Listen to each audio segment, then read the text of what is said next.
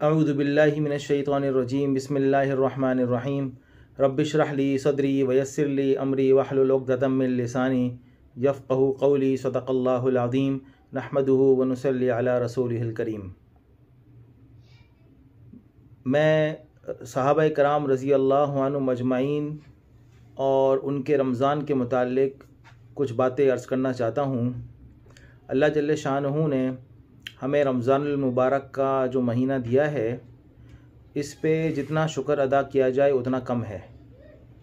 کتنے ہی لوگ ایسے تھے جو کہ پچھلے سال ہمارے ساتھ تھے اور رمضان میں ہمارے ساتھ عبادتوں میں شریک تھے، تراویح میں شریک تھے اور روزوں میں شریک تھے، سحری میں شریک تھے، افطاری میں شریک تھے، لیکن آج وہ دنیا میں نہیں ہیں۔ اور اللہ تعالیٰ نے ہمیں یہ نعمت دی ہے کہ رمضان کا مہینہ پھر سے آیا ہے اور اس مہینے کے اندر ہم روزہ بھی رکھ سکتے ہیں، عبادت بھی کر سکتے ہیں۔ تو مسلمان وہ ہوتا ہے جو کہ نعمت پر شکر ادا کرتا ہے۔ لئن شکرتم لازیدنکم، اگر تم شکر کرو گے تو میں تمہاری نعمتوں میں اضافہ کروں گا۔ تو صحابہ کرام رضی اللہ عنہ مجمعین کا ایک عمل یہ تھا کہ جب بھی ان کو کوئی نعمت ملتی تھی تو اس پہ وہ اللہ کا شکر ادا کرتے تھے۔ اللہ تعالیٰ نعمتوں کو بڑھاتے ہیں اگر ہم شکر ادا کریں گے۔ دوسری عرض یہ ہے کہ اللہ جل شانہ نے رمضان کے مہینے کو اپنا مہینہ فرمایا ہے، اور رمضان کا مہینہ اس لیے آیا ہے تاکہ ہم اللہ تعالیٰ کے قریب ہو جائیں۔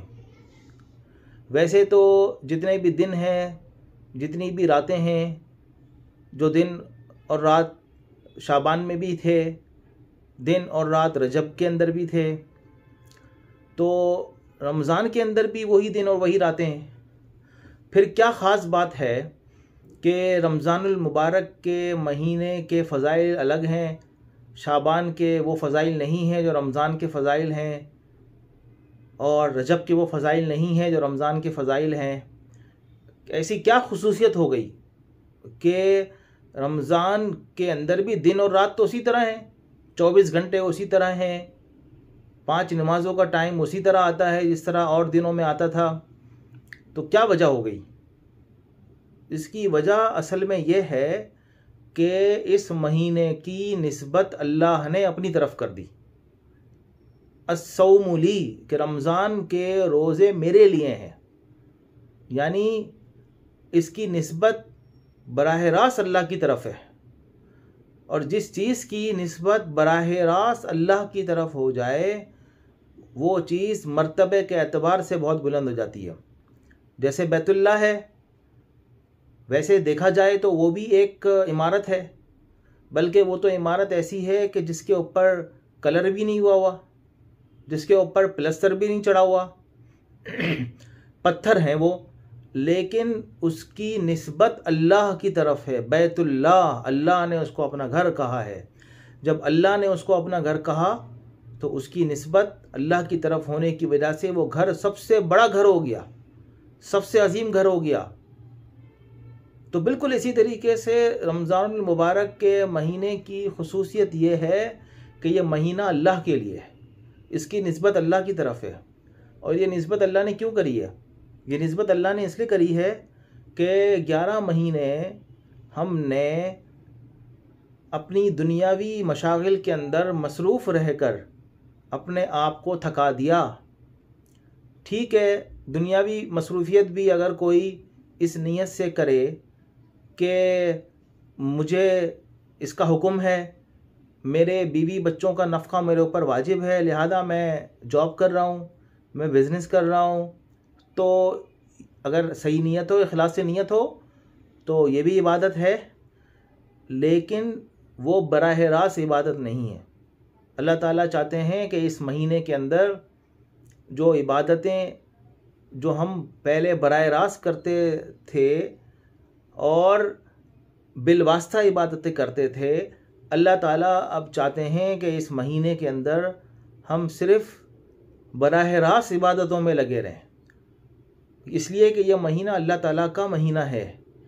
اس مہینے میں مسلمان کا کام صرف یہی ہونا چاہیے کہ وہ اللہ کی عبادت کرے، وہ ذکر کرے، وہ اٹھتے بیٹھتے چلتے پھرتے، راستے میں چلتے ہوئے، مسجد جاتے ہوئے، دفتر جاتے ہوئے، دکان جاتے ہوئے، دکان سے واپسی میں کسی سے ملنے جا رہا ہے تو راستے میں لفٹ سے اتر رہا ہے تو لفٹ میں، پیدل جا رہا ہے تو پیدل، چلتے پھرتے اٹھتے بیٹھتے وہ اللہ کا ذکر کرے.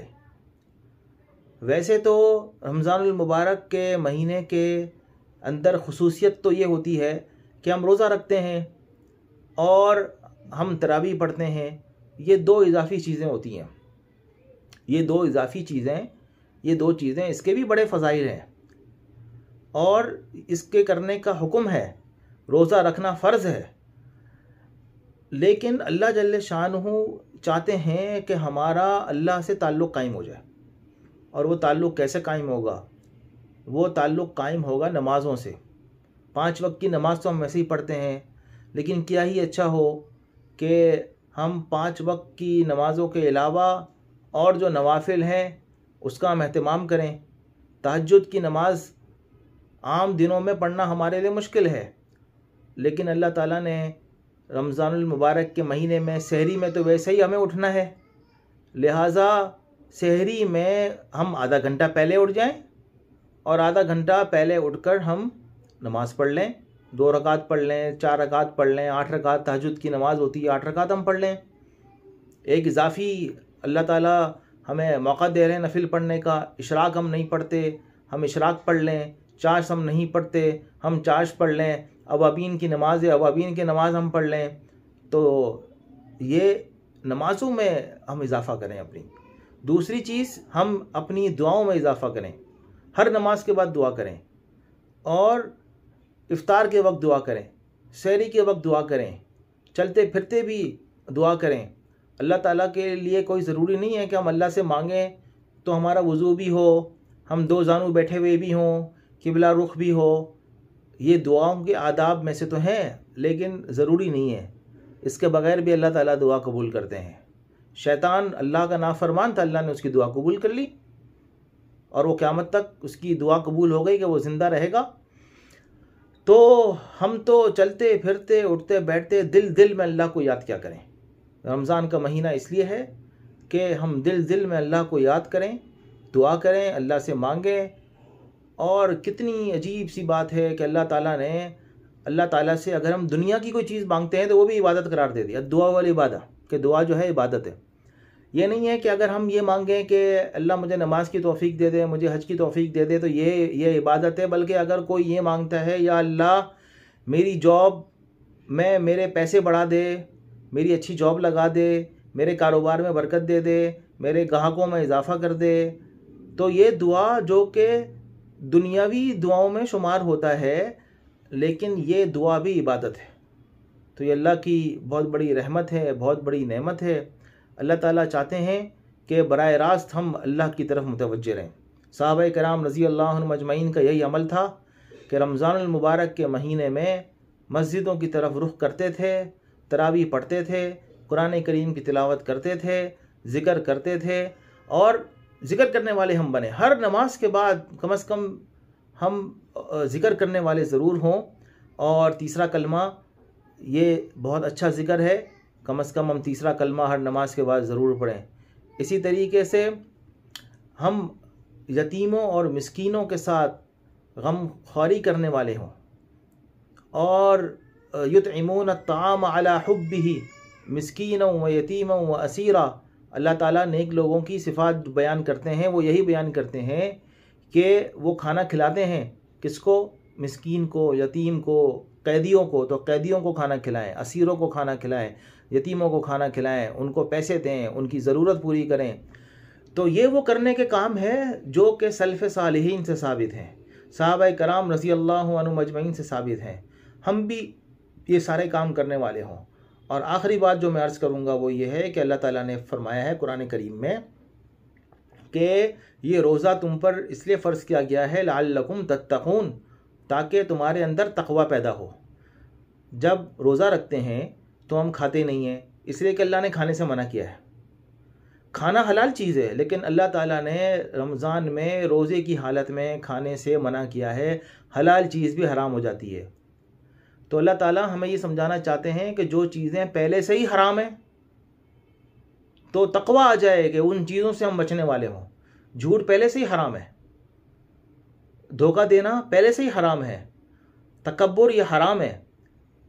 تو جس طریقے سے ہم روزے میں حلال چیز کو حرام کر لیتے ہیں اپنے اوپر، بالکل اسی طریقے سے جو چیزیں پہلے سے ہی حرام ہیں ان چیزوں سے ہم پرہیز کرنے والے ہوں۔ یہ مشق کرائی جاتی ہے رمضان المبارک کے مہینے میں۔ اللہ جل شانہ جو کچھ کہا گیا سنا گیا اس پہ عمل کرنے کی توفیق عطا فرمائے۔ وآخر دعوانا الحمد للہ رب العالمین۔